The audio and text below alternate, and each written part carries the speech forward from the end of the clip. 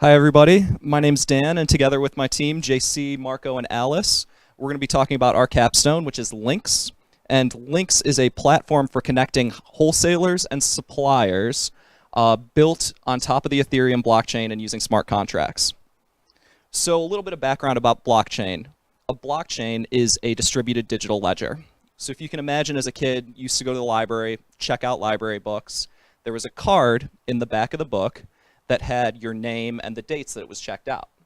So this is a blockchain, except since it's in the digital world, everyone has a copy of that card.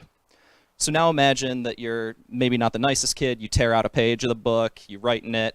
Everyone knows and agrees on who made that change because everyone has a record of what's going on. So there's three key innovations of blockchain. The first is immutability. So like a Jenga tower, each block in the chain depends on the information found in the previous blocks.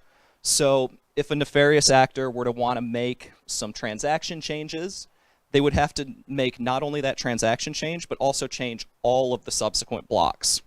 Otherwise, like a Jenga tower, everything comes tumbling down.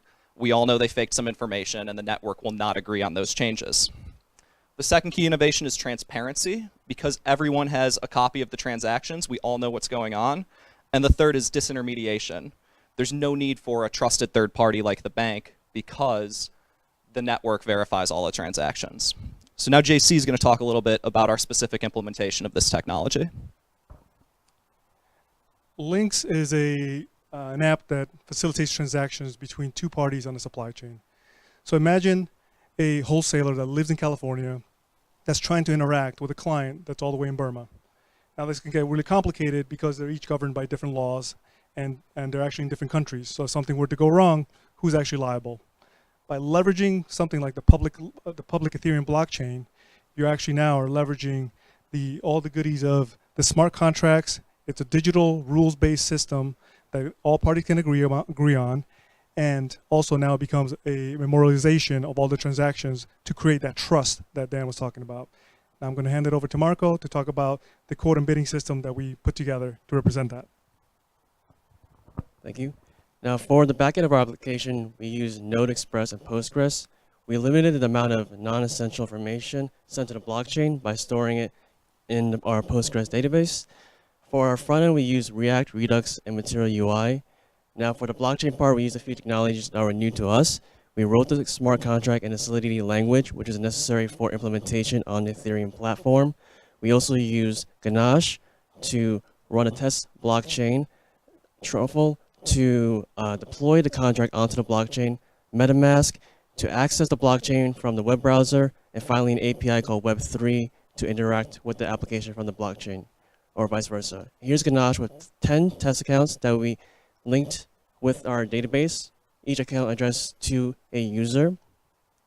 Now we'll be showing our app that we have a user interface where you can see the orders, filter, and search.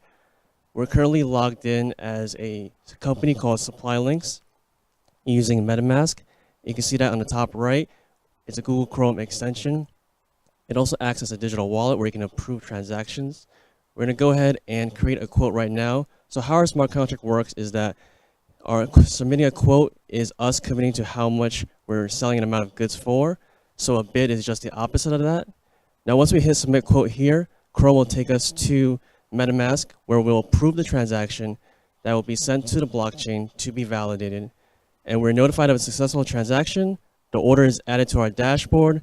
We can go ahead and check it out and see that we can cancel it. But instead, we're going to log in through MetaMask as another user or entity, and then we're going to accept the quote as a buyer. Now, once we do that, we're going to be sending a payment to the network to be held by the smart contract. You can see on the top right, 8 Ether. That will be held by the contract until the order is completed, and it will ensure payment to the seller. Now I'll hand it off to Alice to close out our presentation. Thank you, Marco. So what we would do if we had more time, we'd do a few things. The first thing we would do is we would look into permission blockchains as Dan and JC mentioned earlier, we used the public Ethereum chain for our project. The public Ethereum chain is great, but a permission blockchain would be a better alternative. Why? The public, as a business perspective, as you can imagine, the less people who have access to your information, the better it is for you. So the less people who know how much you charge, what you buy, what you sell, the easier it is for you to maintain your competitive advantage. Also, from a scalability perspective, it's better. The public Ethereum chain might have, let's say, 1 million nodes. What the published permission blockchain might have is, let's say, 20 nodes. As Dan mentioned earlier, every single node has to have the same transaction data. So to process a new transaction over 1 million nodes, it would take quite a bit of time. Over 20 nodes on the permission chain, it would take much less time. So the permission chain is speedier and therefore much more scalable. Also, what else would we do? We'd look into devices that might, for example, record the temperature of the container that brings you the 1,000 eggs, meaning the Internet of Things. And that device transmits the data automatically to the blockchain. That would eliminate the need for third parties and therefore improve efficiencies and also lower costs. So in summary, what would we do if we had more time? One, we would look into permission blockchains. And secondly, we would look into the Internet of Things. Thank you for listening. And on behalf of my team and myself, we hope you enjoyed hearing about Lynx.